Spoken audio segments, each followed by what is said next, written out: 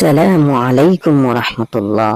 প্রিয় শ্রোতা, হঠাৎ যদি আপনার টাকার প্রয়োজন হয় তখন এই আমলটি, এই সূরাটি আপনি 21 বার পড়বেন, সাথে সাথে দেখবেন এর ম্যাজিক। আল্লাহ পাক আপনাকে গায়েবী ভাবে সাহায্য করবেন ইনশাআল্লাহ।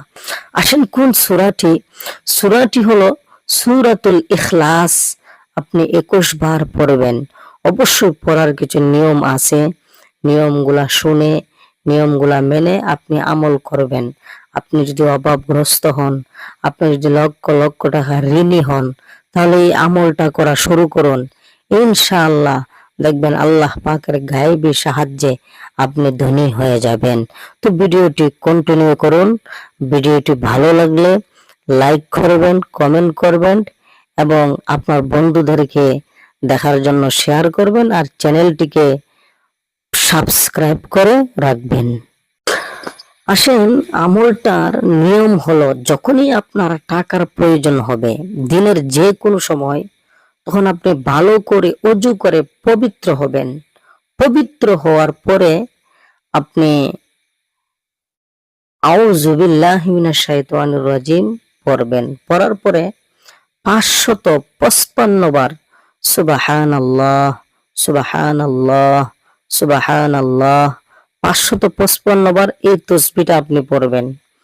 পড়ার পরে আপনি সূরাতুল ইখলাস অর্থাৎ কুল হুয়াল্লাহু আহাদ, বিসমিল্লাহির রহমানির রহিম পড়ে কুল হুয়াল্লাহু আহাদ সূরাটা আপনি 21 বার পড়বেন। মনে রাখেন, 21 বার পড়বেন। প্রতিবার পড়ার সময় বিসমিল্লাহ পড়ে বিসমিল্লাহ যোগ করে আপনি পড়বেন। এইভাবে আপনি 21 বার পড়বেন। 21 বার পড়ার পরে আপনি মহান আল্লাহ পাক রব্বুল আলামিনের নিকট হাত পেতে আপনি আপনার প্রয়োজনগুলা বলবেন।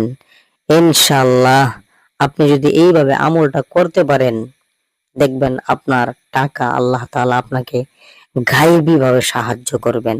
আপনি যদি ঋণগ্রস্ত হন, আপনার যদি যে কোনো সময় প্রয়োজন হয়, আপনার পরিবারের কোনো মানুষ অসুস্থ, আপনার টাকার প্রয়োজন, আপনি আমলটা করুন।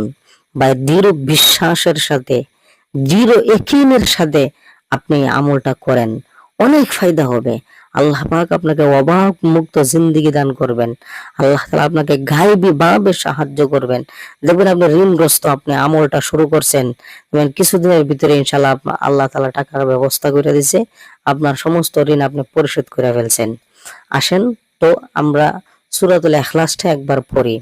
বিসমিল্লাহির রহমানির রহিম। কুল হুয়াল্লাহু আহাদ আল্লাহুস সামাদ লাম ইয়ালিদ ওয়া লাম ইউলাদ ওয়া লাম ইয়াকুল লাহু কুফুয়ান আহাদ।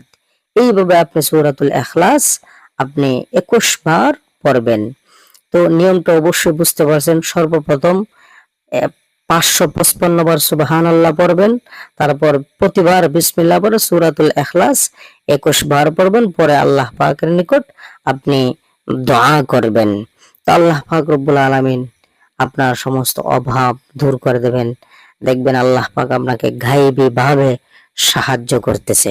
তো আল্লাহ পাক রব্বুল আলামিন আমাদেরকে আমলটির উপর তৌফিক, আমলটি করার তৌফিক দান করুক। আর আল্লাহ পাক যেন আমাদের সমস্ত মানুষের অভাব দূর করে দেন। এই জন্য কমেন্ট বক্সে 3 বার করে আমিন লিখে যাবেন, আমিন লিখে যাবেন, আমিন লিখে যাবেন।